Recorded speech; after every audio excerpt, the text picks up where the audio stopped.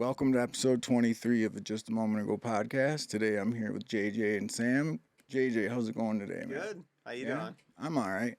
Sam, it's been a minute. I You're in know. the new studio. How you doing? I know. I like it in here. Yeah? Doing pretty good. Yeah? Things new? You moved? Living in Menominee? Yeah. Changing it up. Yeah, for sure. Had to get away from all the Eau Claire drama. No doubt. It is drama here. It is. It's Stuck terrible. up people, kind of, huh? Yep. The neighborhood I was living in was getting bad, so. Right.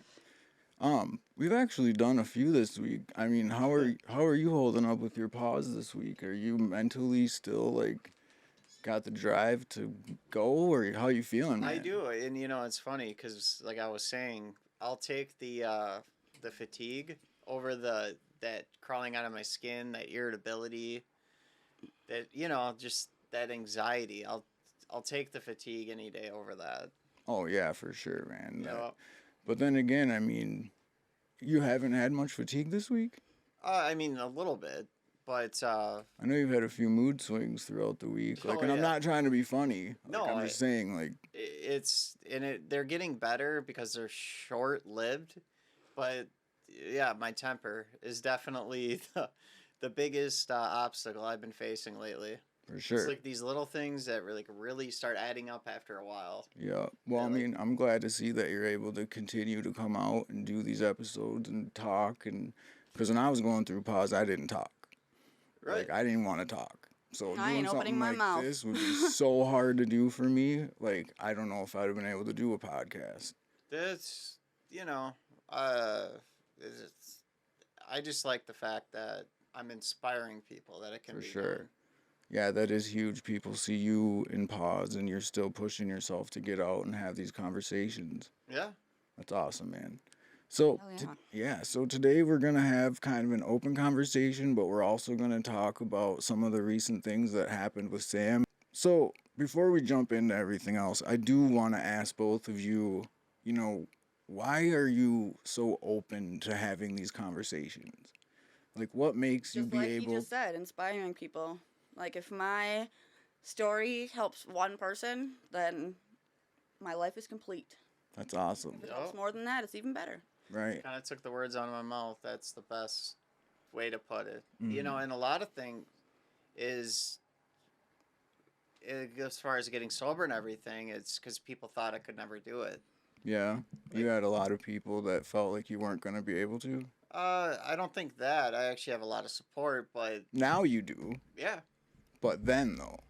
I'm pretty sure, before getting sober, completely sober, I'm sure there was people that thought I couldn't have done what I did. Right.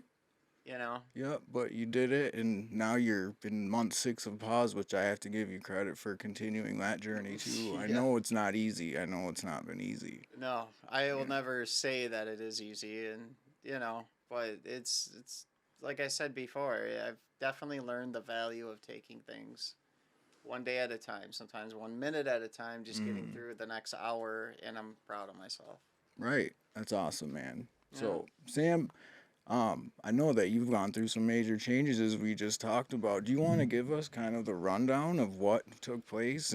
Everything is still in a temporary order. Okay. But, so I've been fighting for my custody of my kids since July. Well, longer than that, obviously, but I've been in the court process since July. This last court hearing that we had, the judge decided to bring CPS in to just reassess the whole situation, and which was fine with me. I know I haven't been doing anything. So afterwards, the social worker was like, okay, I'm going to send you for a drug screen. Went to do my drug screen, and they said, you're positive for meth. So obviously I freaked out. They did a protection order on my daughter, took her away again. They, obviously I have a past, so Right. nobody wanted to believe the fact that I did not intentionally relapse. Mm-hmm. What happened was that I purchased drugs, basically, off the street, my own prescription, but Right. and they ended up being bad pills. And Like they were manufactured, they were yeah, an they were actual pressed. pharmacy. Yep, they were pressed Adderalls. And so anybody around here, be Pressed careful. Adderall? Yep. What sorry, do they look like the real? They look like it was the little orange tablets. So if you look it up, you wouldn't know the difference. Nope. Nothing like- is real anymore. Just like the That's- perks, you know, and the person I got it from gets her own prescription. So, and has been my friend for years. We've been friends for a long time. So, you think you can trust somebody. Right. So, yeah, I had to deal with, not having my daughter, not having any of my kids, but especially my daughter who I've had home with me full time for 2 years, knowing I did nothing wrong intentionally, having to feel all the feels of losing your kid, basically, Mhm. Obviously, I wasn't sure what was going to happen with my hair test because I didn't even know that I had anything in my system. Obviously, I know I hadn't been smoking or doing anything like that, so it wouldn't be in my daughter's system. So I wasn't worried about that, but I was worried about shit. I have 3 years of sobriety under my belt. It was like mind blowing to me that that could even happen. I didn't know they made those type of press pills. I knew they made the perks, Opioids. but I had no clue.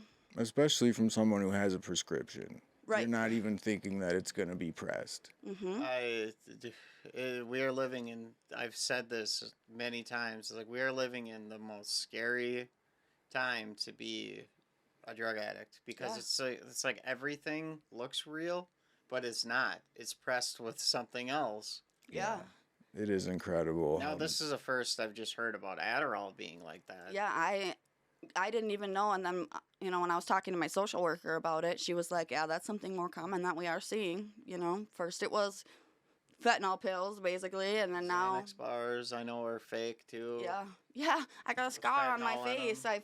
I took a piece of a Xanax bar, and I literally walked straight down my staircase like I was walking down a hallway.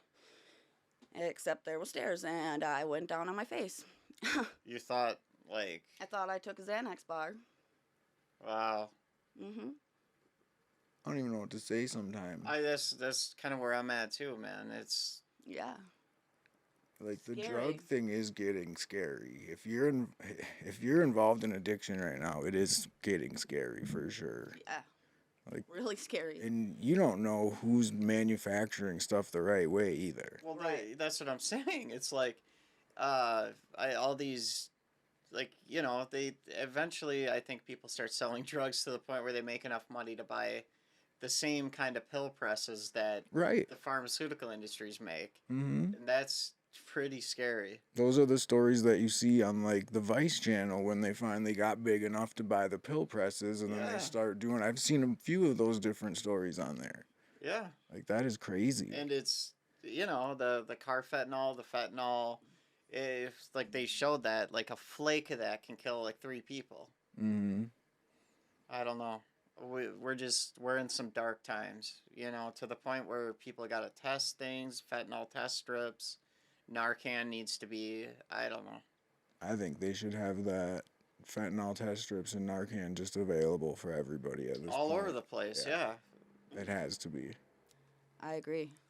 It's scary to think, like, a lot of people are like, well, why could you do fentanyl and not die, but somebody else could die? Well, because I have an addiction and I have a tolerance to opiates, whereas like a child who's never had an opiate in their entire life, or, there's a lot of people that are older than us that have never taken opiates because they don't believe in that kind of thing, Right. So And they're smart, yeah.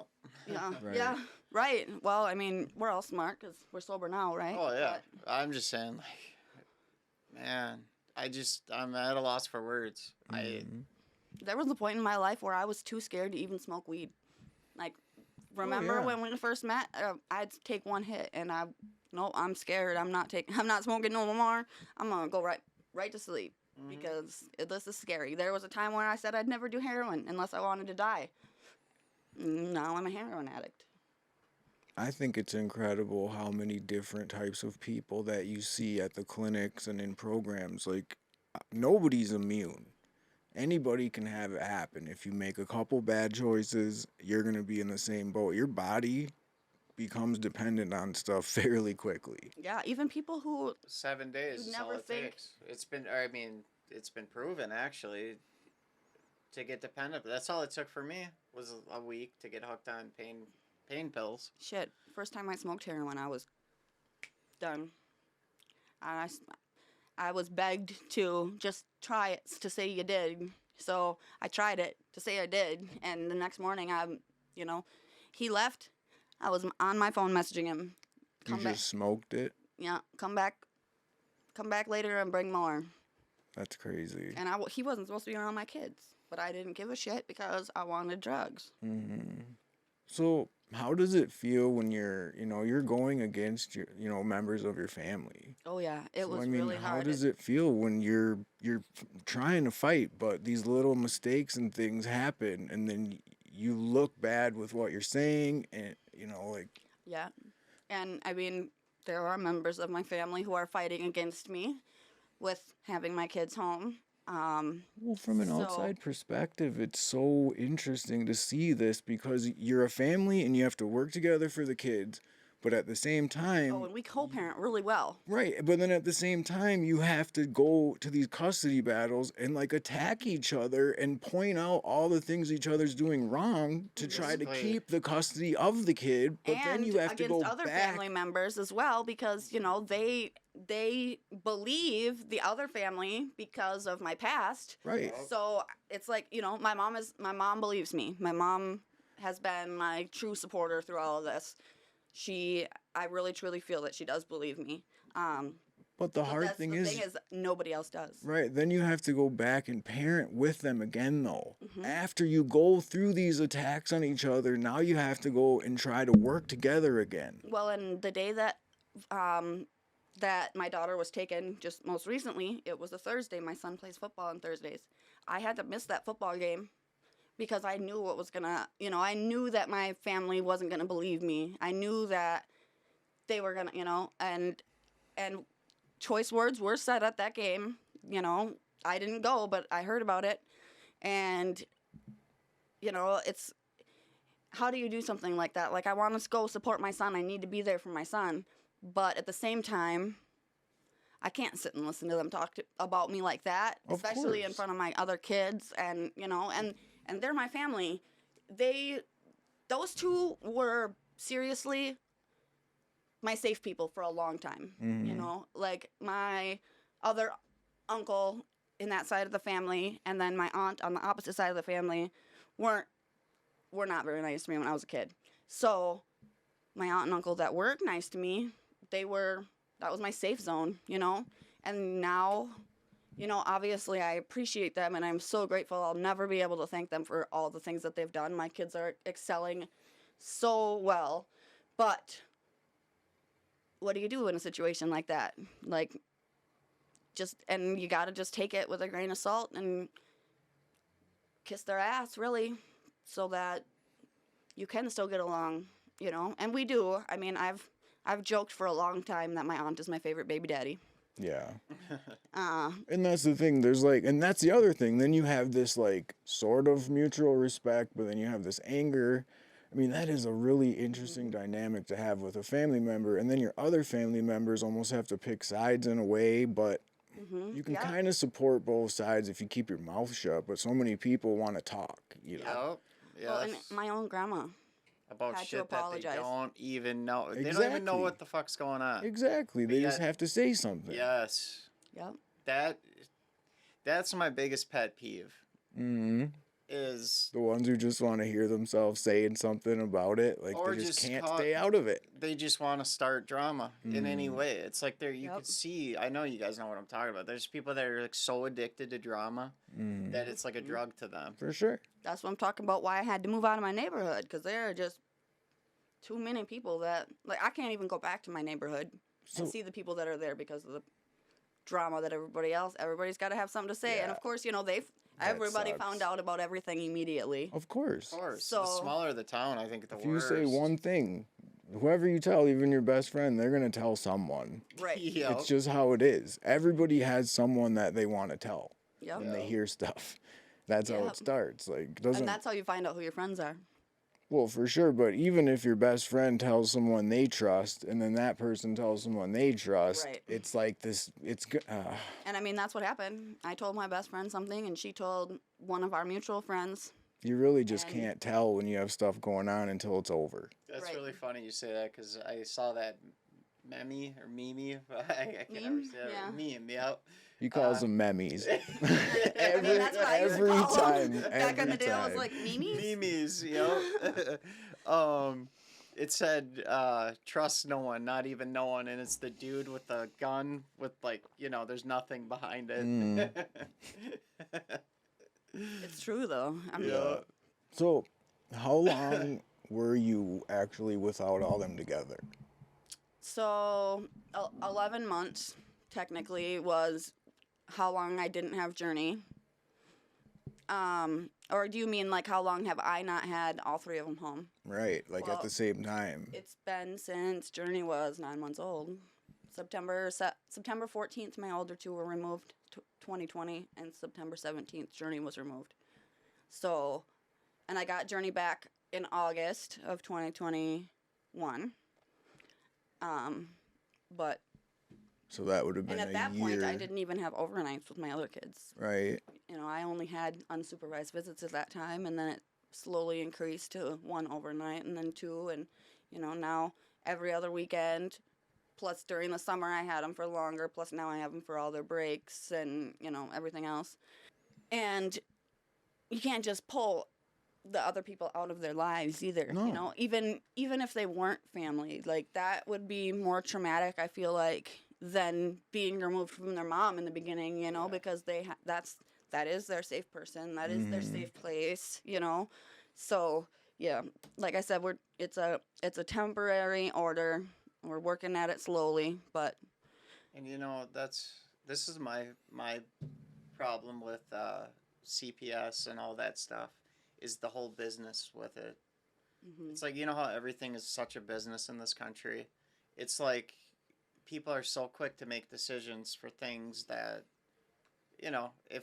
how would that be if it was their own kids? I just, Right. it just, I don't know if that's a good way of thinking or that's just how I've always been. Well, when I had my case open still for my older two kids, my guardian ad litem didn't have kids.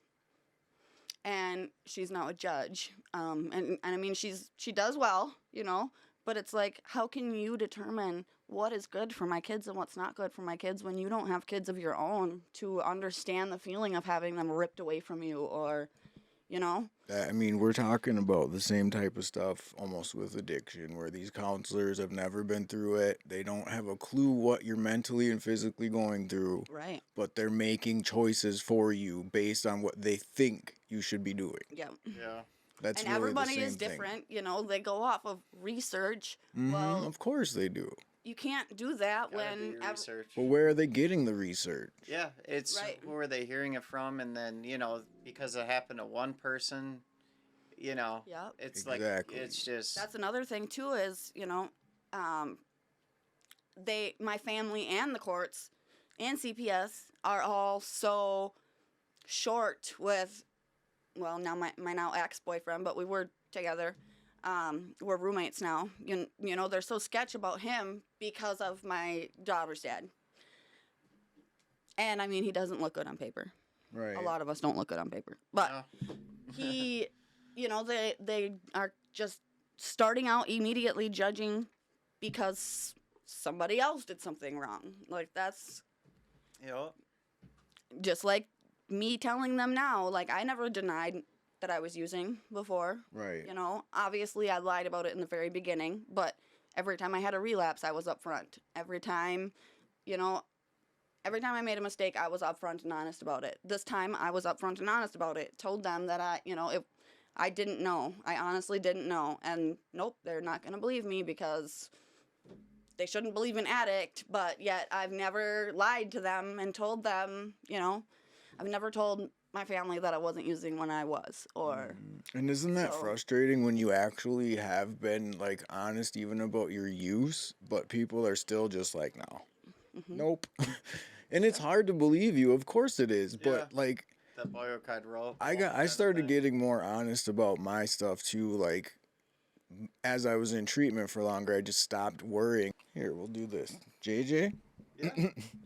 I can ask you this, man. So, how did you feel after you were taking care of the kid you were for a year, and then all of a sudden you weren't allowed to be a part of the kid's life anymore?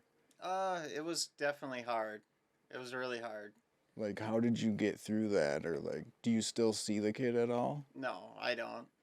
I have it for quite a while now. Right. It's so sad. That's what they did with my youngest dad too. He was there for over a year of my daughter's life, and they didn't like him, and that was that. They weren't gonna let him. He wasn't a stepdad or a biological dad to either one of my older two, so they didn't care that that's who she called dad. They didn't care that that's who has raised her. Yeah, and this is such a good subject too, because it didn't matter where I was in my recovery. When I always noticed when it came to kids that, I remember seeing people that would sell drugs to a pregnant woman. That disgusts me that even people would even consider that. Dude, me and you have been pretty open about some of the stuff with methadone and pregnancy and stuff too, like purposefully getting pregnant, Yeah, while I you're think in that a is clinic. There's, We've That's seen people ridiculous. who do it multiple times on purpose. in one time I understand, but 2, 3, 4 times, come on, like you are. Right. Then that's what does not get talked about. Oh, not at all. Is what the baby goes through on this medication that is, And nowadays they tell you not to quit doing stuff like that because It'll harm It can it harm the worse. baby. and that I do understand. I mean, in fact, when I was actually in jail, and how in jail how they have, you can, if you're on good behavior and everything, you can work in the kitchen. Yep. And get the trays ready and everything. Trustee. Yes, that's what it's called, a reporter. Oh, That's crazy. I was gonna ask you too, were there any resources or organizations that you utilized in this that like helping you with the kids or anything? well, right now, no. But before, when I had my case open still, there's a program called CCS. I was in that. It's an amazing program. I don't know if any Yes. you guys have heard of it. It's an absolutely awesome program. They have all sorts. I mean, they have horse therapy, and I had a peer support specialist through them, and she was literally my rock. Like, I probably wouldn't have had a relapse, my last relapse, had she been in my life. Like, Right. she was seriously such a good person to have by my side, because not only was she someone who used with all the same people that I did, so she knew, when I would explain to her stuff that was going on, she knew who I was talking about, knew exactly what I was talking about. But she had been through almost the exact same thing I had. Actually, she had been through way worse. She went through a pregnancy that she didn't know she was pregnant and was using, and, That's crazy. There was a program that I was in when I still lived in Eau Claire, through the Children's Hospital, behind like Burger King on Hastings. That she would just come to my house and chat with me about whatever, and if I needed anything, they have like all of the resources in the county that they can point you towards. Right. I actually had a lady through LSS, when I was doing my visits through LSS, that would come to my house and help me do paperwork. Like, she's the one who helped me fill out my application that I got my apartment with. Nice. So Nice. there are a lot of things that you can utilize. Like, when the judge told me that DHS was going to come back in to reassess how everything was going, I was excited because I know that they have so many programs. Right. They have, like, this week they wanted me to make sure that my daughter got to school every day. So they gave me gas cards because they know she's going to school right now in Eau Claire. Driving back and forth every day is ridiculous. Yeah. Um, Oh yeah. Wow. there's there's just so many things that you can utilize. There's different programs that, they can help provide clothing and food and everything else. And that is really great now, especially with how expensive everything is. Right. Yeah, today. because you're driving, 50 miles a day if you're coming here and back? Yep. That adds up. And, Monday and Tuesday, I didn't have anything going on. So I drove here, took her to school, and went back home. So then I had to Right. drive back to Eau Claire again later. That's 100 miles. Mm-hmm. Oh, yeah, if you're picking her up, too. So, yeah, you have 100 miles a day. Mm-hmm. That is Just a lot for just that. for Wow. each school day. So that's 500 miles a week Yeah. that you're driving for the kid to go to Eau Claire. Wow. Right. Wow. Yeah. Yeah. Where do you live again? Menominee. Oh, yeah. That's a solid 30 minutes, Yeah. right from Eau Claire. One way, Yep. depending where you live, too, in the city. Like, Well, and thankfully I live, on this side of Menominee. okay, I was going to ask you that. Yeah. Like well, I'm kind of by downtown, but I'm closer to, the east side. Right. I like So I just Menominee. hit 29 and take 29 all the way to Mm-hmm. Claremont, and it's faster that way, I feel like, than taking 94 and dealing with all the cops. And Yeah, I got arrested 2 days ago. I don't need to deal with being arrested again.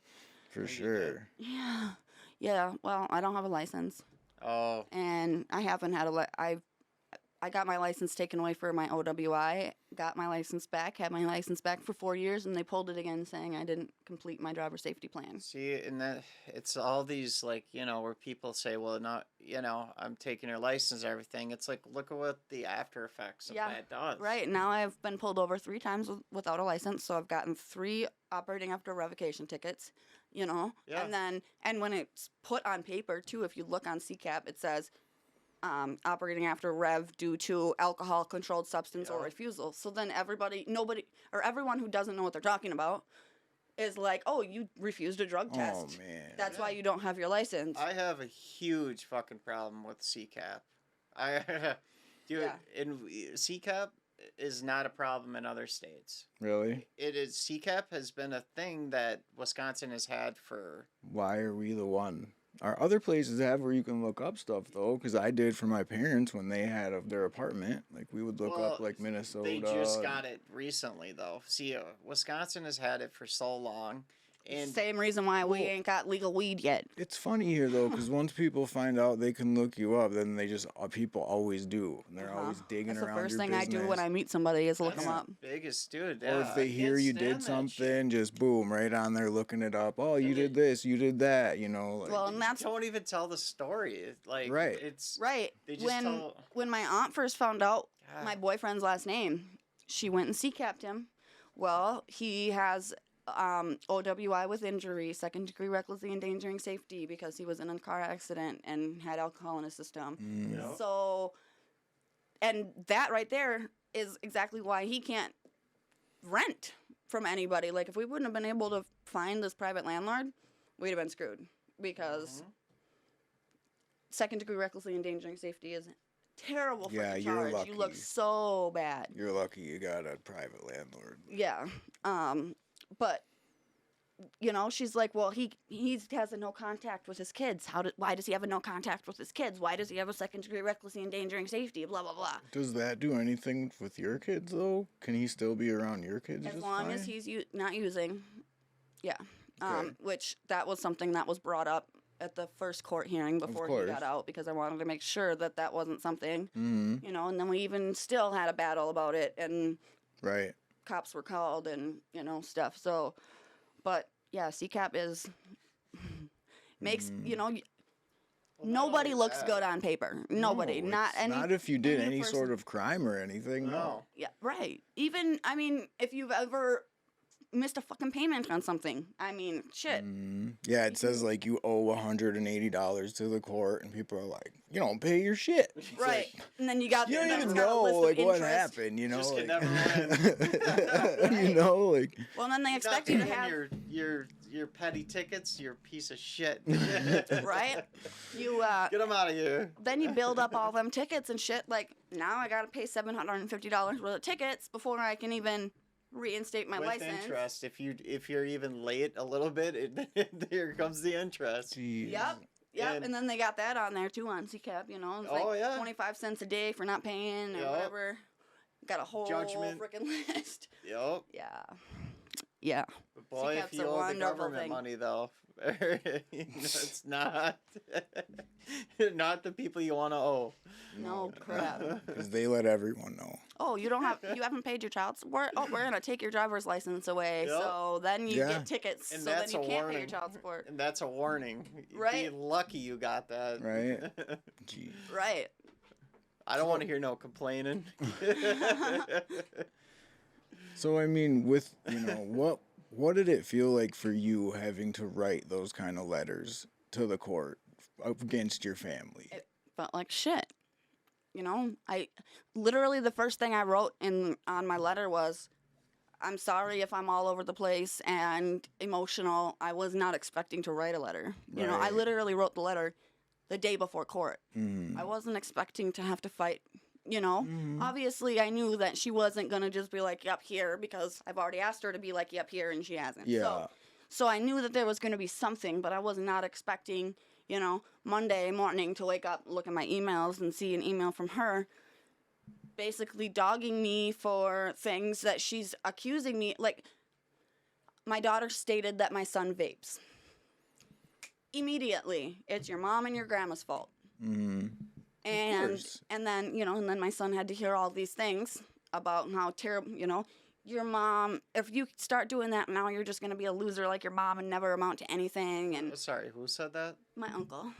This is the letters that they're writing back and forth to the judge, right, to try to get custody. Her, My aunt. can I say it? Your aunt and uncle? Yeah. Her aunt and uncle versus her. This is the type of stuff that's being said. So this judge is just getting letters like That's what I'm left and saying, right man. about- You have Well, to yeah. you have to try to co-parent, but yet you're writing letters to the judge, like attacking each other on paper. Mm-hmm. And then you have to go back to co-parenting again and pretend that's not going on. Mm-hmm. Yeah. Yeah, and that was one of the reasons why I was scared too, because they dog on me because I smoke pot. Okay, well my uncle smokes pot too. Smoking that devil's lettuce. Yeah, right. And he's a drinker, and he has a great job, and he does very fucking well for himself Right. and his family, and my kids. But I also do just fine. Marijuana is not bringing me down. I can't not function because I smoke. I even have stopped smoking during the day. It's legal in 45 states now, or 44, I believe. Oh my gosh, really? That's ridiculous. After Minnesota has recreational now. So Yep. it's like 44 states. Yeah. 44 out of 50, I'd say, is... But I don't want to be, dogging on them. I don't want to, my aunt is an amazing woman, Mm-hmm. but she says some mean things sometimes. Exactly. And I don't want to have to call out their flaws to somebody, but if they're going to do it to me first, one of the things in the letter was that it was 7 a.m. and my daughter called my aunt on my phone. And she said that she was watching videos on my phone and that she hadn't had her breakfast yet and that mom was sleeping. So she wrote in the letter that she was calling me at 7 o'clock in the morning. She hadn't had breakfast. Her mom was in bed. And then we had a miscommunication about an appointment. I thought that the cancellation was a different appointment, not that one that was that day. So she told my daughter, go wake up mommy, I have an appointment. So she put that in there, that I forgot about an appointment or that we made it to the appointment on time, but it's So why just did she put you forgot then if you made it? because I was still sleeping. So she had to tell my daughter to go so wake she's wake saying me up. you forgot. We had to make sure you got there on time. Okay, Yeah, I got yeah. you. And then she stated that so my sister got in trouble in high school for having a cart. Right. I not gonna lie, I bought my sister Alto Pods when she was minor. Sorry, And what are those? Alto Pods, like the vape, the Like a tobacco Juul. vape. Yeah. Oh, okay. I had put a box of them under her tire at school once. Well, this was not even the same day that she got caught with weed, but in the letter it said that I put marijuana under the tire of her car, and she later got caught with it. So, and that was going with the Xavier Vapes thing. Like, of course. so she did this with her sister, so why wouldn't she do it with her son? Well, my sister was even going to go to court just to say that's not true. Mm-hmm. It was months after that she put that there that I got caught with weed. Right. And she didn't put weed there. So You're really under a microphone or a microscope. Like, what kind of conflict is this causing with the rest of your family? I mean, they have to be seeing this. no, they're oblivious. Are they trying to be oblivious though, or are they? I'm not. So most of my family lives in New Mexico, so they Okay. don't see everything that happens Right. up here. You know, they only hear. It's a long way away. Yeah, it is. Yeah. People, it doesn't get talked about a lot. Is Albuquerque is one of the craziest cities that there Oh, are. I believe it. Like with all they them. call it Alba crazy instead of Albuquerque for a reason. Yeah. Well, I suppose right by the border and stuff too. You Yeah. know. But like, So is your mom the one that's basically supportive, or Yeah. is there other people too? I mean, or- they're all supportive, no matter what. You know, it's just that they believe what they want to believe, and they like when I got my hair test back last week on Friday, and Hair Journey's follicle. yeah, No. Journey's test was negative for. I mean, that's a lie. She had weed in her system, but she did not have meth in her system, and my levels were so low that my social worker was like, "You can tell that you are not actively using. Your levels when you were actively using were 22,000. You're at Right. 4 right now, 4,000. That's Mm-hmm. So then she was like, everything's fine. You can see your kids and take them and whatever. Everything's back to normal." And then I had to message my family and let them all know. And my grandma literally had to apologize right. for not believing me. And I've tried talking to the family and like explaining to them how I feel about things that are going on. And it always comes back to, well, you need to be grateful for them no matter what. Of You course. Of course I'm grateful for them. Right. I'm never not going to be grateful for them, even if they didn't take my kids. Because of the things that they did for me as a child, I would still be grateful. It probably comes off though like you're complaining about That's it though, Just or what I was gonna say. it's is- hard. Well, and to- I try, Thank you. But said you that have to be able to perfectly. be open about how you feel too, though. Yeah, Like, that there you can has be to a great, balance with the whole thing. right? Yeah, it's like I'm not gonna say that there shouldn't be CPS or anything like that, because there has to be something. Some regulation. I've even thanked my social worker. Like, honestly, I don't think that I would be where I'm at today if my kids weren't taken and stuff like that. But Right, because you admitted in the past that you were like being sloppy and not doing the right things, and then when this started, this happened, you change and you realize you can't do this because you're gonna not have your kids. right. I don't care who you are. If you're in recovery, we've definitely in the past played the victim card. Of course. Oh, Of absolutely. course. Everybody Remember, does. life's happening to us. We don't have control. We're the victim, God's but picking you on have to me, re-pick up control. Right. Yeah. And it's not easy. No. But that's how you get better. Is like Especially I not when look back and I'm so fucking embarrassed with how I acted in the past. Like, Mm-hmm. it's just like, wow, what was I thinking? A lot of us Sometimes I are, look but- back at pictures and stuff, and my daughter was just, I mean, her Oh, hair yeah. was nasty, and she had clothes on that you could tell she'd been wearing for 3 days, and her diaper was sagging to her knee, and I mean, you probably remember, when I found out I was pregnant with Emma, that was like my life changed. Like, I completely stopped fucking around. I was like, I have a son that I need to get back. I'm having a daughter, and I started doing life really well. And my daughter and son and I were like this. Right. So then when I started using meth, I was still like this with my kids. And it just, it shows. And like, I can't look back at them without bawling because That one. I would never not take care of my kids. I would never knowingly let my children be like that. But when you're in that state of mind, all you care about is feeling alive, really. For sure. Yeah, living for the moment. So now when you look back, you see that you had that closeness and it was torn apart, Mm-hmm. but you can get it back again, and you're working to get it back again. Right. You know, so I Mm-hmm. feel like you and Xavier are probably close again at this point, Oh, yeah. and you're working with the other kids too. Right. So, did you have to learn any of the laws or regulations yourself Oh, yeah. to be able to get through this? Oh, yeah. Because, well, I mean, you think somebody, you think they're fucking with you. You think they're doing shit. What they're doing is wrong. It's illegal. They can't be doing that.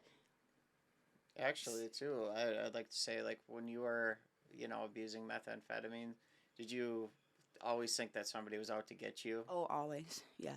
Okay. Always. That just comes with the territory of that drug, though, right? Just the paranoia, and Yeah. you See, feel. that's never been my thing, but why I've doesn't seen other people, man, and it's like, Adderall doesn't trigger people like that, though? no, Like, why is there It's the the one difference component that's that- off that. I think. Well, have you ever seen what they show what meth is made out of? That is, I don't think there's one thing natural at all. Right. It's all Gasoline under and the rat sink. poison and yeah. Battery acid, lithium batteries. Yeah, it's just. There probably has been stories of some people having weird side effects Oh, from Adderall, guaranteed it like has. the paranoia and stuff. You already I'm know sure. mine. Almost the way want I to look feel on that up it. and see if I can find one sometime. No, I tell you what you should look up is if you, dude, and it's frightening is the chemical molecule structure of methamphetamine and then of Adderall. Mm, Dude, it is. It's literally one molecule off. One Same with teeny Percocet tine. and heroin. Sam's Yeah. talked about this Same with before, Percocet yeah. and heroin. Yeah, when I did Al-Anon when Journey's dad was in treatment, and they taught us like exactly what meth was and exactly what Adderall was, and then exactly what heroin and Percocet, and they're literally one molecule. One molecule. All know too. We're all around the same age. It was like Ritalin was this miracle drug. Like I just remember in elementary school the line was bigger than the school lunch line. At your school, though, we were in a small school, so Right. we didn't have that kind of Right. kids in that situation. But in the bigger schools, yeah. I mean, I've heard stories of how many kids had to take it, And yeah. to think, man, that when you are from the ages of 5 to 25 even, Yeah. they've proven that your brain is still developing, you're still growing it up until you're 25, not just 18. Well, even like I seen the other day, there was a story about a family and all four of their kids. I was telling you, from 6 to 16, 17, all four of them are on Adderall. It's just ridiculous. And they're having a problem because of the pill shortage. They can't keep enough in Yeah. the house for all four kids. Like, think about that. All four of your kids are on Adderall. Like, I feel like My daughter is on Adderall. Well, I but- can see and, one, I mean, maybe, but you have all four of your kids Right. on it. Like, you're Yeah. not parenting at that point, I feel And I'm like, or not something. 100% against any of it. I'm just saying that I think that should be like a last line of defense, Mhm. Right. is the way I see it. Right. Right. Because And there are cases like my daughter, like she literally did a 180. Like she's a completely different child from 5 milligrams of Adderall. It's crazy the difference it makes. She's so well in school this year. Last year we had to have the teacher email us one good thing a day about her because she was emailing so many bad things. So, and this year she's doing so great. Her grades are up. She's able to focus. She's helping the other kids. She's not, she's making friends. Whereas before she was being a bully. I mean, and that's Right. exactly how I was when I was a kid too. People Mhm. used to tell me I was bossy all the time when I was a kid, and back then people just thought that was kid being bossy. They're just a kid, But really, I was undiagnosed, and Right. and then look at what happened. And my doctor was my family doctor, so me and my daughter's doctor was really hesitant on putting her on anything because of my past. Right. Finally, we talked her into it because think of the opportunity that I could have had we known that I was ADHD my whole life and I've been medicated. Even she takes 5 milligrams twice a day, so 10 milligrams a day. That could have saved so many years of addiction. I want her to have that opportunity. I want her to be able to succeed in life, and it's quite obvious that there's something that needs to be done to help her. Right. So, yeah, of course I don't want my kids on something that I actually technically abused, but when I was abusing Adderall was the best time of my life. Like, that's literally when I did my best. And even now, like, the last year and a half, 2 years that I've been prescribed it have been so completely different than the other years, where I decided to do meth or heroin or whatever. Because I feel stable. I feel normal. Like you're not having the desire to use a substance to get the euphoria. Right. You're trying to, Adderall gives you energy, but you're not getting euphoria from that. Right. So what happened then? You just ran out of your prescription and you So, just yeah. needed to get a couple, and it turned out they were pressed. Well, so we were moving, obviously. What were they pressed with? Meth? Yeah. Yeah. Okay. We were moving and had to come up with the security deposit and rent right away. Well, originally our landlord asked us for a double security deposit because of his past. For sure. So we were really scrounging for money. So I sold like half my script. Oh. And then, and I was taking less than I needed to for a while, and then just got to the point where I needed to get some. Did that. Allegedly, yes. Yep. Right. Yeah, don't forget it was allegedly for sure. Yeah. Mm-hmm. Everything I do is alleged. Yep.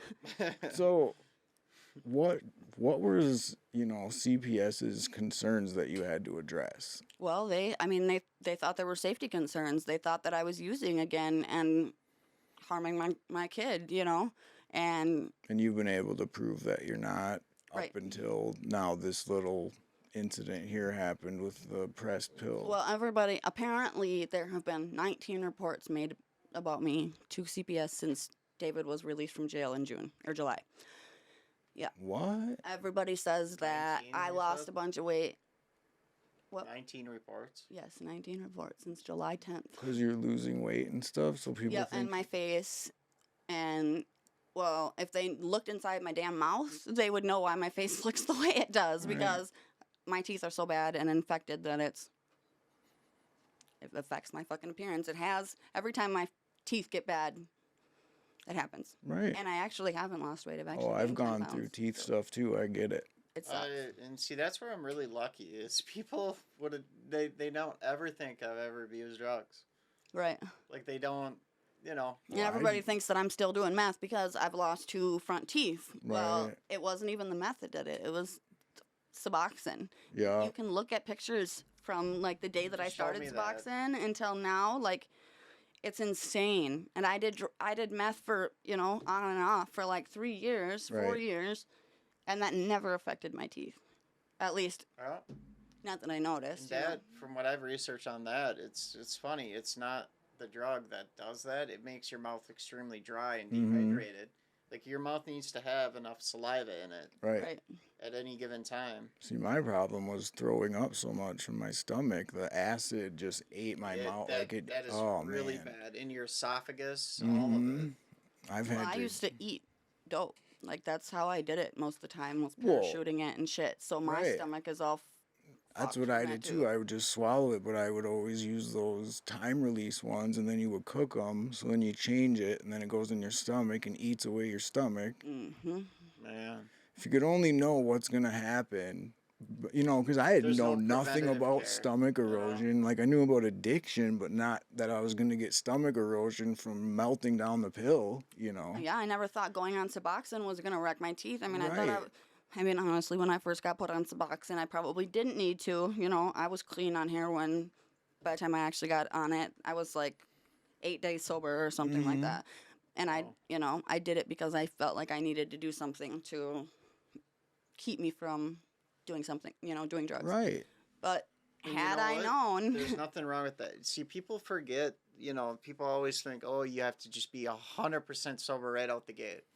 People forget Mm. about that harm reduction. Right. Like, even my social worker just recently, she was like, how much Suboxone are you taking? And I said, I only take it as needed, and when I do, I only take 4 milligrams. Mm-hmm. And she was like, well, when you were doing your MAT, then medicated assisted treatment. Yep. You were doing so well, maybe you need to go back up on it. Well, no, it's just because it was my brain that changed, it was my thinking and For everything. sure. It wasn't actually the Suboxone that kept me sober. It was Right. the whole process of it all together.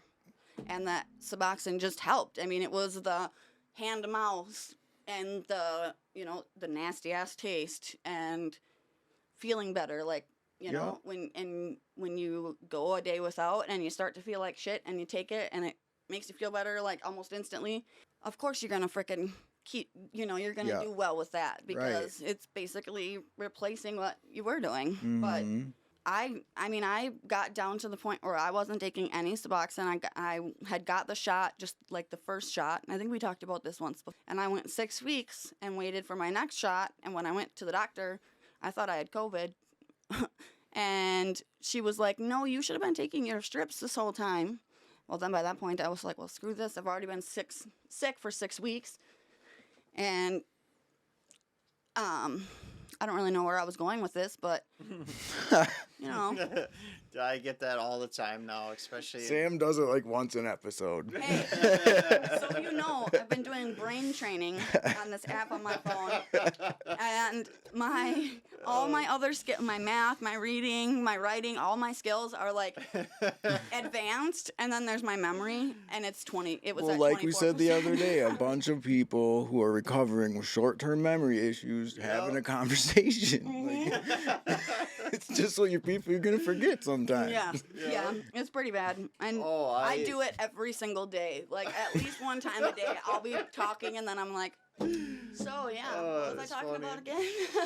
I especially being in pause, man. Like there's many times where I'm right in the middle of a conversation. I'm like, what the fuck? Pause is the just worst for talking about, that. dude? Your brain is Where am I mush. even going with this? I feel like my brain is mush. And I don't have pause. Who are you even talking about? Where am I? And it's even worse when it's like around somebody who doesn't know that you're like a recovery addict or like anything like that. I and you're They just start like, judging you. And they're Wait, like, what was well, I hurry talking up and Yeah. speak with it. It's like, fuck you. I don't know. and then you're too embarrassed to be like, wait, what was I talking about Yeah. again? Tried explaining them post-acute withdrawal, yeah. Right? Like, let me tell you about the symptoms. Like, with learning laws and stuff, do you feel that there's any laws or policies that need to be changed or reevaluated that could maybe help or, make it so that you are more prepared when you get the kids back? Well, I mean, yeah.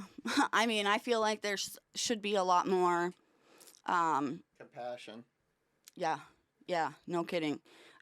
A lot more, like, hands-on stuff with, like, it's kind of like they set you up for failure, they just kind of throw you to the wolves, like, okay, yep, you're doing good with your kids and your sobriety and whatever, okay, here you go.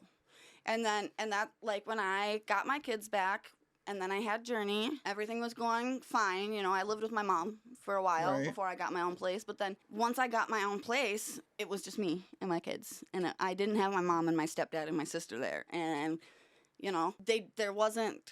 they weren't like coming in and doing programs frequently, it was like a one time a week we would do family therapy, but they didn't really, I did a parenting class, but that was basically bogus. They don't teach you like... So you feel like there could be more classes, more like hands-on parenting type of stuff to get like prepare you more for being back on your own with the kids? Yeah, because I had visits, they start you out with unsupervised or with supervised visits, sorry.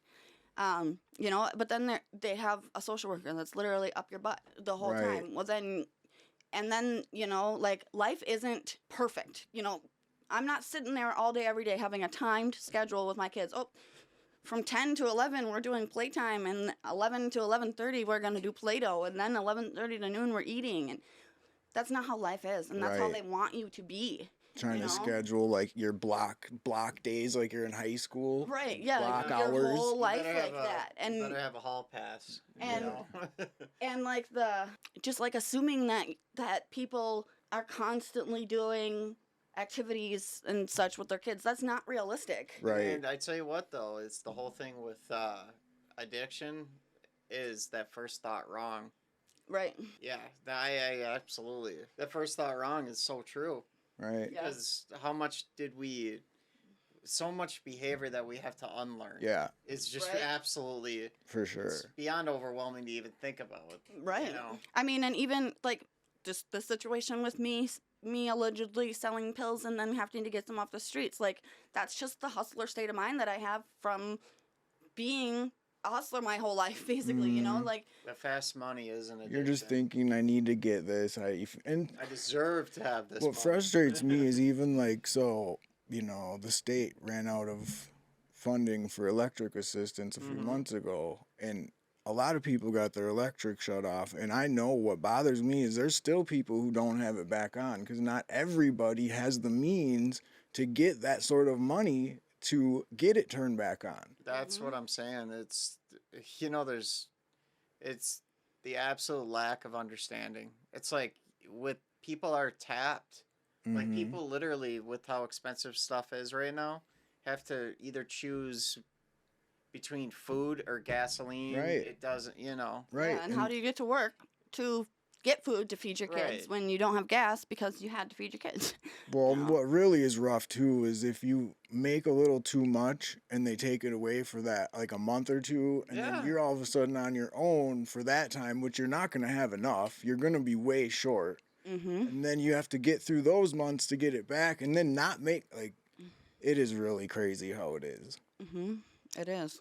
There needs to be more understanding and actually working with people. And I do understand there's a lot of people that need help right now too. Like the states are Big tapped time. too. Like the Well, they states are, are tapped too for sure. And that's what I'm saying. It's like it's kind of like the whole immigration thing, where all these people want support that, and then you come up to them and they're like, "All right, sign this so they can stay at your house and you could feed them and Right. everything." You know, Yeah, that's just an example. I'm saying it's like for sure. the money has to come from somewhere. You know. Well, and then, you know, you feel like a failure, you know, oh, I don't have enough food to feed my kids, Yeah, or it's I don't embarrassing have, to you know, even say that I can't do. You know. I got to borrow $5 from the neighbor so I can get to work or whatever. And then what do you want to do? You want to use. Right. You know, you 'Cause want to just wanna hide. cover it up. Yeah, you want to cover it up. You want to hide your feelings. You want to hide all of it. It makes it hard being in recovery and being so far into recovery that, you know, thankfully I have this coping skills and such to be able to block those thoughts out now. But in the situation that I'm in even right now, like my boyfriend and I split, you know, if we don't stay roommates, then I don't have anywhere to go, you know? Mhm. So, and who wants to live with their dad when they're freaking 33 years old? Shit. Man, Yeah. me and my girlfriend joke about that all the time. Like, I'm always like, you just stay for the cheap rent. No, she hates it so bad. Oh my God, I'd punch you. No. She knows I'm just kidding, though. Like, I know better, but I mean, we are lucky here because we have very cheap rent here. You Yeah. know? Like, Well, much and you cheaper have than lived here almost for literally- everywhere in the Answer. city, you know? Like, I could see her not being too happy with that joke. No. Well, and you've lived in this building, you know, Mm. for a really long time, so Yeah. Yeah, you've been here longer than I have. I've been here a long time. Yeah, and I'm right down the hill from you. Yeah. I mean, I remember before Emma was even born. But I live downstairs too, though. Then Yeah. I came upstairs because it's bigger. You've always been up here since I've known you, though. Yeah, Yeah. you were downstairs for a while because I just lived downtown too, and we used to go to 400 Club and do karaoke. Yeah. Lil Wayne. In Altoona? All the karaoke nights. You guys used yeah. to go to the 400 Club? Yeah, man, Yeah. karaoke night on Really? Tuesday nights. We were always Right going the up on a railroad track Tuesday, there. man. Turned up on a Tuesday. Yeah. All the time. Mhm. David sounds literally just like Lil Wayne. Have you ever heard him sing? Lil Wayne? Lil Weezy? He does. Get my voice to. He does. It's raspy. crazy. I used to, man, I've had some wild times right at the Golden Spike, Oh, yeah. which is like, you know, you could throw a baseball to there Mm. from there, you know. Yeah. We used to go there too once in a while. Except for that bar was always full of drama. I used to get kicked So- out of that bar and then go to the 400 and get kicked out of there. So where are you at right now? Then you are back in a temporary placement. Yep. So- Temporary order for 90 days just while they're like assessing the situation and the biggest reason right now is because it's in the middle of the school year and I live in a different school district. Yeah. So, and seeing as how I don't have my driver's license it's unrealistic for me to drive my kids to school and that every is day. a terrible thing. I have to drive around somebody because they lost their license. You know, it's just Yeah, and everybody's because like, of. So I'm just trying to really grasp. So you had him back for how long? well, so Because you texted. I've just had 50-50. Okay. So And you so- actually haven't had him like fully back home yet? Right, so they're still there like during the week because of school, but any vacations, I'm sharing every other weekend right now just because it was kind of like nobody really expected it to happen, you know, like So you have them So- all on the weekends then? and then all the breaks and all that, and then once school's we have court again in January, Okay. and I'm not gonna pull my kids from school, so Right. that's one of the reasons why my son didn't come home when my daughter did the first time, because I wasn't gonna. I don't like that my kids have to switch schools all the time. You know, I made my son switch. He's gone to like 5 different schools just in his elementary school years. Like, so with CPS coming in and reassessing, seeing how I'm doing, and helping, doing programs and stuff like that that can help me to be better, so that when the end of the school year does come, they'll be able to be with me 90% of the time. Then they'll do like respite care or whatever there. Well, and it's just so frustrating. It's just like, somebody that's in recovery to have something like that happen where you do something and then you take something that is not what you think. It looks the Yeah, same, it's all legit, but we live in the times where people can press stuff. When you even and try explaining that, to them, unless they don't want to hear you that. see the actual prescription bottle, you don't know if it's real or not. Even if you see the prescription bottle, shit, it Yeah, I guess, literally like- looked like a fucking 30. But at least you know? if someone has their bottle that's dated for the right date, you can at least Right. assume it's right. Like, What if you swap those? yeah, what I guess mean? people could do that. Like, That's what I'm pretty sure she Yeah, did. we're Was that literally she to kept the hers. point now where you got to actually be with somebody that goes to the pharmacy Yeah. and actually see it come out. It's and completely sealed. how many people are gonna do that? Like, let me ride with Right. you to get it. Yeah. Like, no. Right, Like- exactly. Exactly. That's like bringing a buddy with you to the dude's house. Like, nah, nope. Nope. But it literally made it 100 times harder because I knew I had not intentionally done anything wrong. Yeah. I knew that I have been doing everything that I need to do, and So when that test comes back, you're just like, I Like- was literally, I looked at the guy like he was fucking stupid. you're Like, like, no. what did you just say? Right. How is that even fucking possible? Well, then I was taking these supplement pills that they're called Live For It, Grind, or something like that. Yep. They're awesome, but I was taking those too, and I was like, great. Did I buy something? The girl actually admitted to me that they were bad. That's how I found out that that's what it was. I was telling her what was going on. They were taking Journey, blah, blah, blah. She's like, well, I told you those pills were bad. I said, no, you didn't, because had I known they were bad, I would not have purchased them from you. I got That's them from you crazy. because you have had a prescription for the last 15 years that I've known Right. you. That's crazy, yeah. So what was your biggest milestone up to then? Getting your place and Yeah, getting out of that hellhole that I lived right, in. and then getting, the 50-50 custody. Yep. Yeah, I think that you're almost there. Like it's like this is the last step before you get them back. you Right. know? So it was just because of the school, though, basically, is right. Yeah. Like that's why it kind of With me not having a driver's license. Yeah. Yeah. Right. And then my social worker had made a comment about how that my kids are doing so well, and who knows what the future holds and whatever, because they're doing so well there. I'm like, no, that doesn't matter, because I'm their mother. Mm-hmm. That over the weekend, I wasn't going to share this, but I'm going to anyways.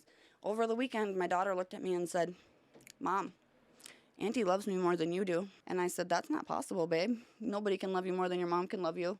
And she said, yeah, Mom, Auntie told me that she loves me more than my mom does. And it's really freaking hard when, sometimes at night she still will cry, not want, I want Auntie. Mm. That's so hard for me because, like, Well, I'm not gonna say it.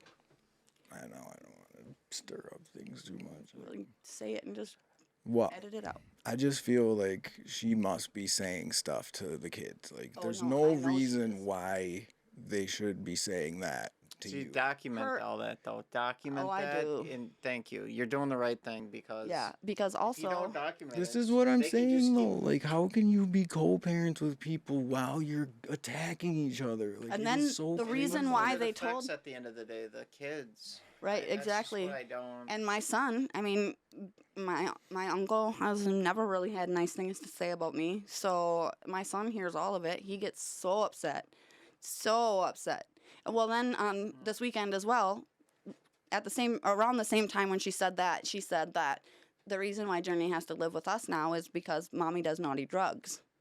Well, my kid should not know what drugs are, anyways. Not the young ones, Right. because they're pretty young. Right, exactly. And I said, well, that's not true because Journey's coming home, right? So, and she was like, well, the auntie told me that you do naughty drugs and that's why Journey has to live with us. And then later I was driving home with Journey in the car and she goes, Mom, you know you can't do naughty drugs or you're going to go to prison like my dad. It's like my 3-year-old should not be saying that. Yeah, like, not your 3-year-old. No, that's crazy. I understand saying, like, we always told the kids before that mom was sick. Mm-hmm. That's what I tell Journey about her dad. You know, daddy was sick.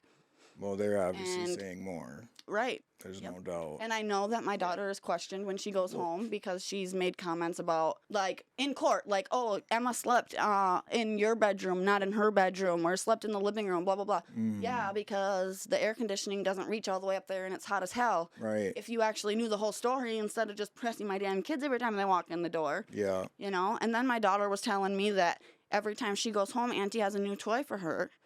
You know, that shit pisses me off too. Like, Well, that's all manipulation tactics. She to knows make she her has want money. to be there. right. She knows Right. she knows she has the money to be able to spoil them and do whatever. Mm-hmm. Like, they just got a hot tub.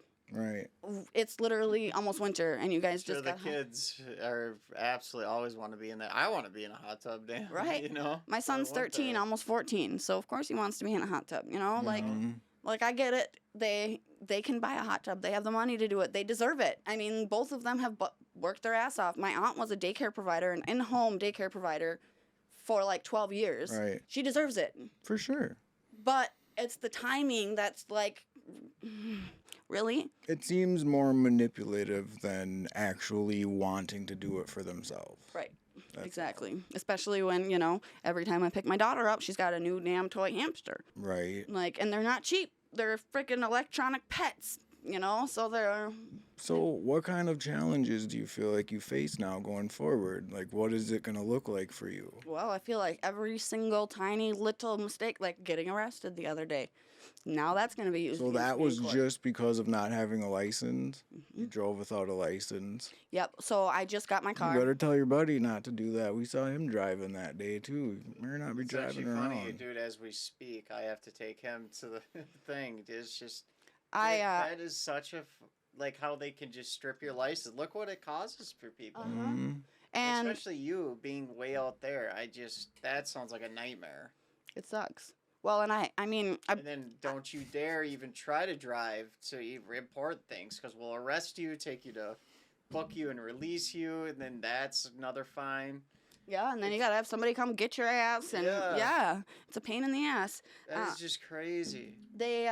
So I got my car on Friday, but I couldn't obviously register it until Monday. You gotta have money for that too. Mhm. Yeah, You know? right. So it was Tuesday. Never ends. I'm pretty sure No. it was Tuesday. Maybe it was Wednesday. I don't remember now. But I had just went to the DMV and registered the car. Well, when I went to put the plates on, I looked and I didn't see any screws. So I went to Walmart to get screws. Well, leaving Walmart, going back to my friend's house, on the way, I was driving on the bypass and I had the plate in the back window. And driving along, there's a fucking cop in the lane next to me. Well, I didn't know it was a cop until I got up right next to him. And a sheriff, actually. And he says that I was speeding. He says I was going 76, but my speedometer said 71. Is your car in your name? Yep. That's why. Well, he didn't even get the chance to run my plate. Really? He just seen that there was no plate. He didn't see it in the window? Not when he, because the back window's a little dark. Oh, So- no. Crazy, man. You just were set up for... Yeah, I was right on the bypass too, right like by the Woodman's exit. And I mean, I just bought it. I don't have insurance on it yet. Mm. So I had to have somebody who has insurance come down and prove that they have insurance and then drive my car away. They had to park their car at Quick Trip, walk all the way down the ramp and get me. That's crazy. And So that's just a funny whole part- other thing, you know. The funny part is he's, you The know, he snowball arrested me, effect of it. right? He arrested me, and then I was just fucking with him the whole time. You know, I'm like, ow, these cuffs hurt. Take them off. It's really uncomfortable back here. It's hot in here. You know, that's like fucking with him. Like, let me out of this damn car. Yeah. And then we go to get out, and for all I can smell is suspended skunk. license. Yeah. and I'm like, shit, I smell skunk. He's like, me too. I thought it was weed at first, and then I realized it was too strong. I was like, Good thing it's not yours, huh? good thing that is actually a skunk and not something else, because I'd really Right. be screwed. Mm-hmm. But Is that the first time you've been caught without a license? Is that why you got arrested? Is because you're multiple offender? yeah, I mean, I've been Since driving. your recent suspension? Yeah. You've gotten caught more than once. You gotta quit driving. How? How do you expect me to go I driving? don't know. That's the thing. Is like You gotta figure it out I somehow. own my own business, so I don't work just one spot. You gotta know? pay a chauffeur. Well, my clients are gonna have to start paying me $3.50 a an lot hour. more money. Yeah, But- pass it along to them. Like, I have to pay a driver. You have to pay a driver. Then I'm gonna lose. It'll be clients. extra clean. Right. The driver will help. It'll be quicker. Right. That's what you should do. Just hire someone to help and then have them drive. That's what, when I was 19, that's what they did when we were roofing. I had to drive because nobody else had a license. Yeah. Well, I used to. I mean, I have to get my clientele back up. I'm supposed to be starting work at the Eau Claire County Courthouse here shortly, but if you've ever applied for a government job, Right. it Oh, is yeah. a pain in the ass. For sure. I was offered this job on August 26th. I still haven't started. That's I crazy. did my fingerprints That's was last almost- week, Tuesday, in the cities, and still haven't heard back. That's crazy. Yeah. So hopefully I'll be Right. starting there soon. Yeah, But for sure. otherwise, I'm just going to have to get something closer. And Yeah. so I'm only driving a little tiny bit. Mm-hmm. So, have you, JJ, have you actually been able to find, like, any new hobbies or passions or anything since you've been in pause? You Like, know, I feel like you talk about the podcast being a new hobby that you really like, but have you found anything else, like, or even old things that you used to do? Because you really have to find things that, you know, you can focus on and do when you're going through this stuff. and that's what I was just saying is like with my temper lately is I have to start pumping the weights, hitting the Mhm. boxing, doing something because Yeah. I really the way I've been feeling lately it's It almost seems like the gym is something that you almost have to do in recovery. oh god I was yeah. doing the gym for a while. Nice. Yeah. I haven't been. Mm. For a It's, few it's- See, and I it's did not too, easy to but get going with it, but once you do, it's like it does very- feel good once you get a routine going. Oh, yeah. Absolutely.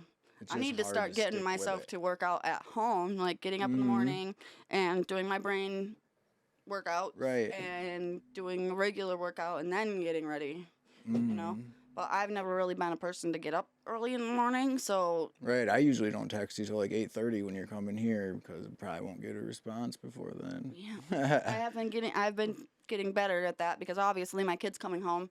You know, my son starts school at 7:30, Right. so obviously not gonna be sleeping until 9 o'clock. But So I feel better actually waking up earlier. they you know? all go to Eau Claire? Or I'm The oldest two. confused The on oldest two who's go to where. Eau Claire. They Right, because, okay, yeah.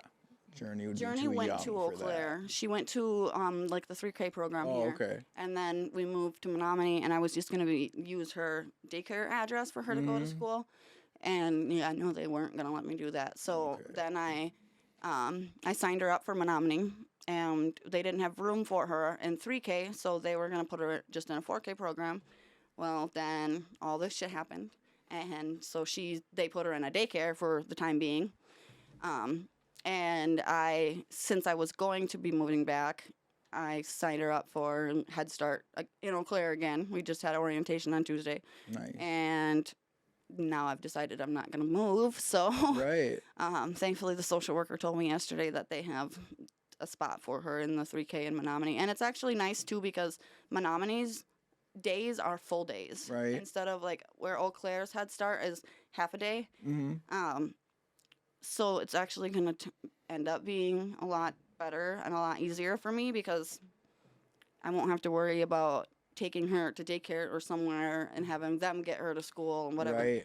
So it worked out, but yeah, it's been a crazy mess. And sure. especially like with my other two, you know, they've been going consistently. I mean, Emma has been going consistently to Eau Claire since she started school. Mm-hmm. But like Xavier, I mean, he started in Eau Claire.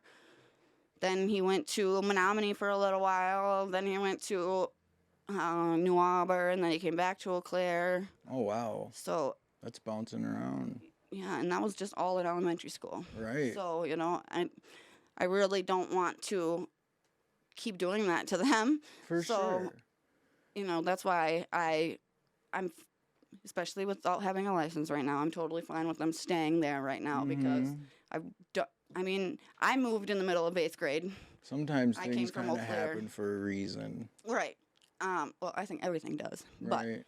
when I moved, I went from Eau Claire to Strum in 8th grade. And that was a lot harder on me than, you know, I didn't think it was at the time. But looking back now, like, I wish I wouldn't have switched schools in the middle of the school year. I wish I would have, Right. you know, I wish I would have thought about it a little bit more. You don't when you're a teenager. sure. Who cares, you know? Right. My mom told me she was going to buy me a pair of basketball shoes, so I'm going to live with her. Mm-hmm.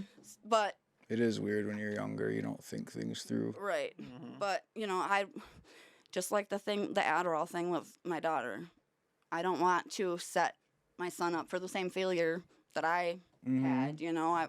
If he, and I've told him too, like, if he doesn't want to switch schools and he wants to stay in Eau Claire because he's almost in high school, it's scary going to high school anyways, sure. especially not knowing anybody, I will, you know, I'll let him stay, do what I have to do to, you know, Right. but I don't want to put them through the trauma that I went through. I mean, obviously mine was different. My parents were divorcing and yeah.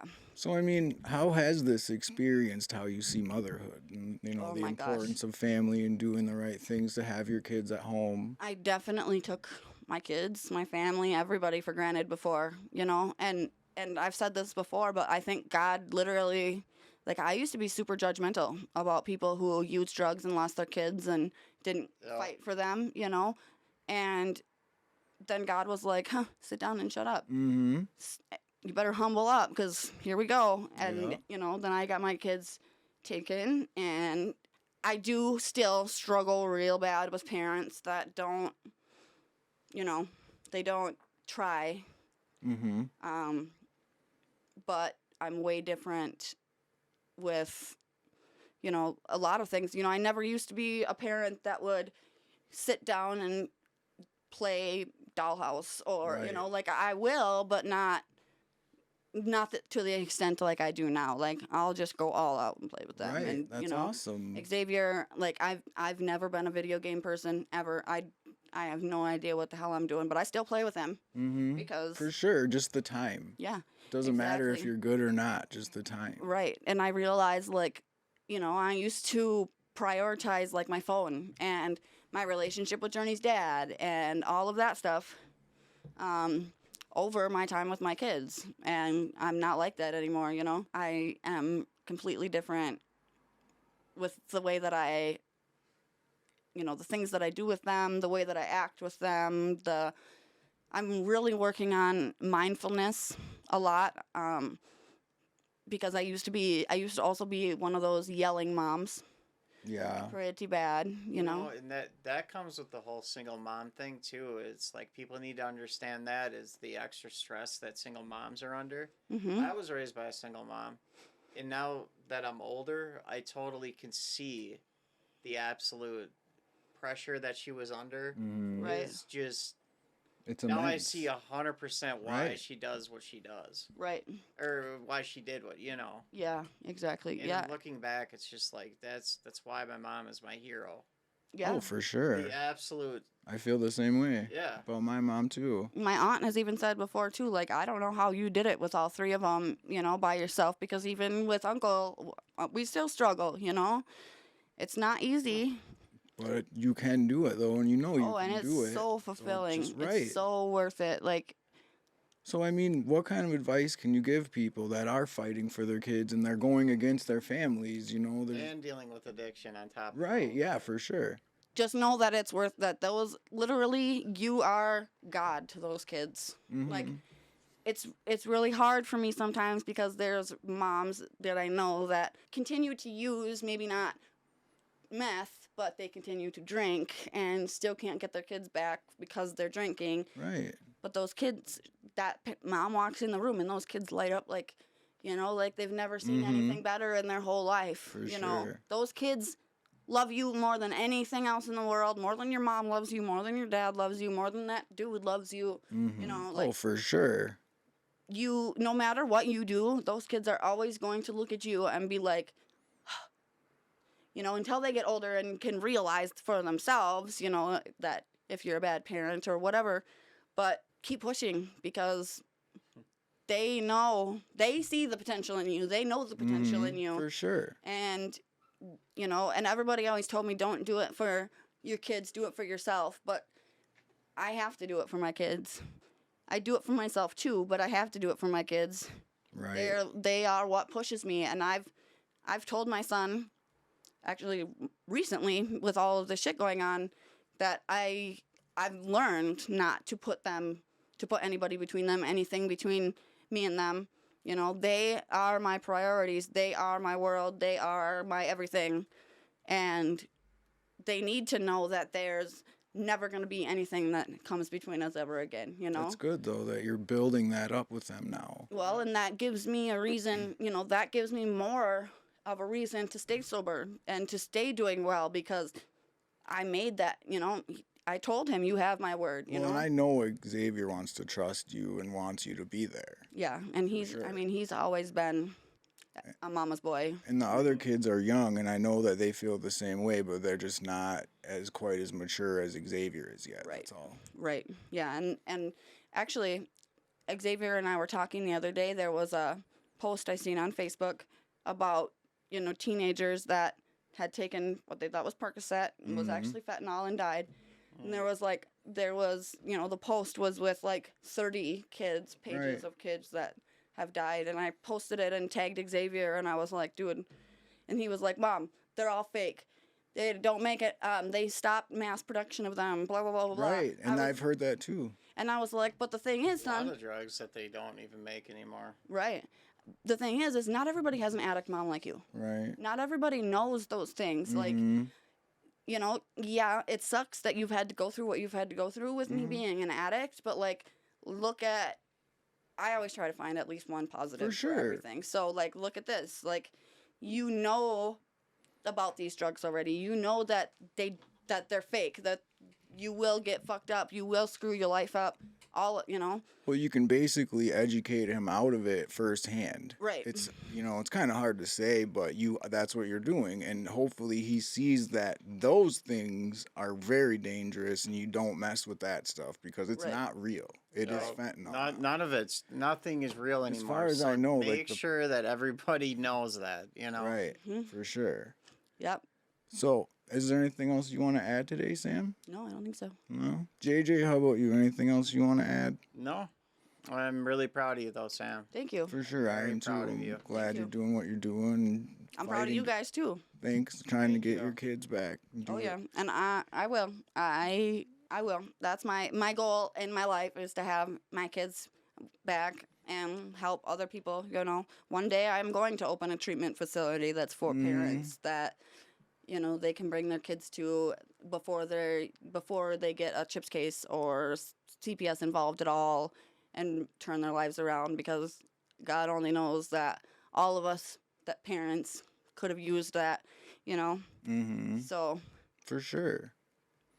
But yeah, so just keep in mind, we all are going to make mistakes, but everybody does deserve second chances.